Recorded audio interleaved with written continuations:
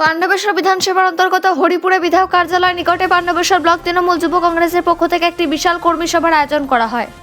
এই কর্মসূচিতে উপস্থিত ছিলেন তৃণমূল যুব কংগ্রেস ছাত্র পরিষদের সহসভাপতি সুদীপ রাহা, পশ্চিম বর্ধমান জেলা পরিষদের সভাধিপতি ও বিধায়ক নরেন্দ্রনাথ চক্রবর্তী, পশ্চিম বর্ধমান জেলা তৃণমূল কংগ্রেসের সভাপতি পার্থ দেবাসী, পাণ্ডবেশ্বর ব্লক যুব সভাপতি নরোত্তম মণ্ডল, তৃণমূল কংগ্রেস পাণ্ডবেশ্বর ব্লক সভাপতি বীর বাহাদুর সিং, পাণ্ডবেশ্বর ব্লক সভানেত্রী রমা রুইদাস, আইএনটিটিউসির সভাপতি গোপীনাথ নাগ সহ তৃণমূল কংগ্রেসের সকল সদস্যরা উপস্থিত ছিলেন।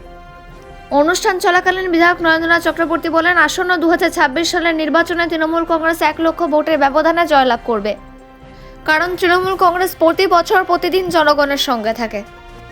পাণ্ডবেশ্বর থেকে অজিত মিশ্রা, রিপোর্ট নিউজে।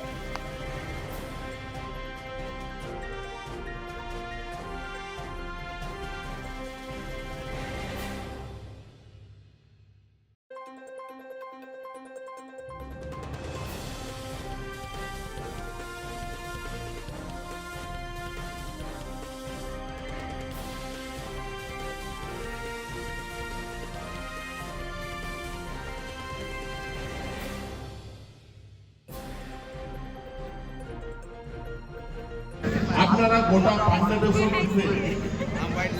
যে মানুষটিকে দেখতে পাচ্ছেন, যে জিতার স্বপ্ন দেখছে মনে হচ্ছে আপনারা, যে হয়তো এবার নরেন্দ্র কিছু দাঁড়াবে।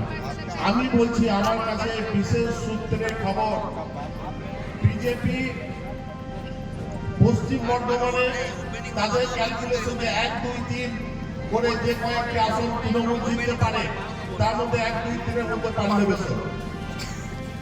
তাই এই বিধানসভা